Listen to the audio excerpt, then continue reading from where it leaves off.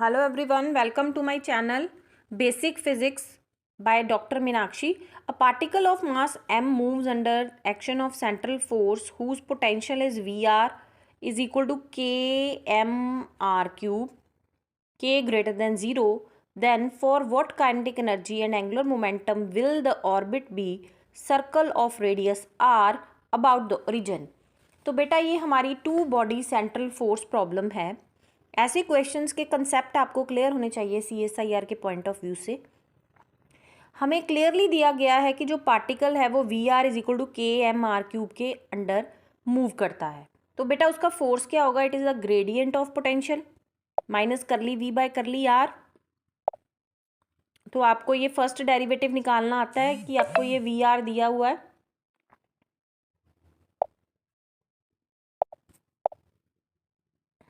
आपको ये VR दिया हुआ है, तो हम ऐसे इसका करली बाय करली VR करेंगे तो ये R क्यूब का 3R² हो जाएगा और माइनस ये जो कांस्टेंट चीज़ें हैं ये आगे आ जाएंगी। तो ये आपका फोर्स आ गया।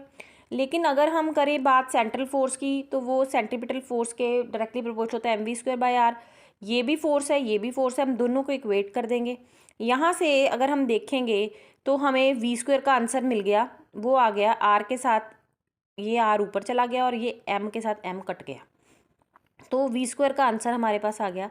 हाफ mv² के लिए इसके आगे हम हाफ m लगा देंगे। तो एंगुलर मोमेंटम किसके बराबर होता है? mvr के।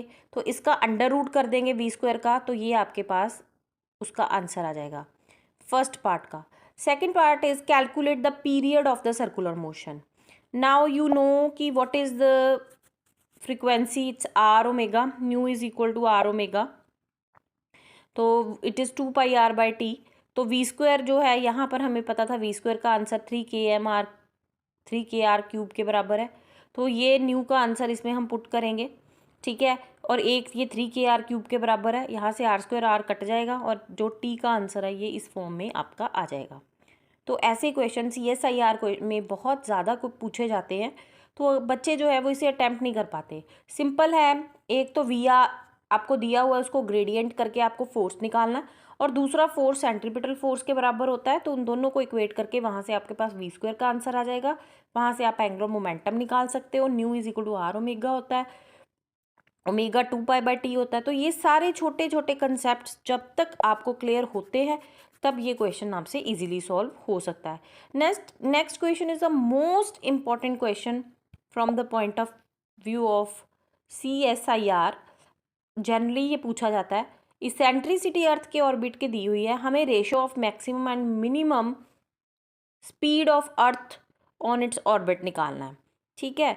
तो जब हम ये डेरिवेशन करते हैं तो जो एपिलियन ओवर पेरिलियन की रेशो इस फॉर्म ऑफ इसेंट्रिसिटी होती है, ये बेसिक हमारा फॉर्मूला 1+e 1 - e होता है।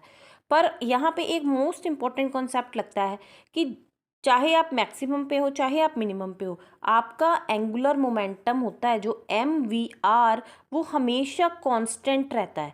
तो वो कांस्टेंट रहता है तो मतलब m1v1r1 is equal to m2v2r2, ठीक है। m के साथ m कट गया।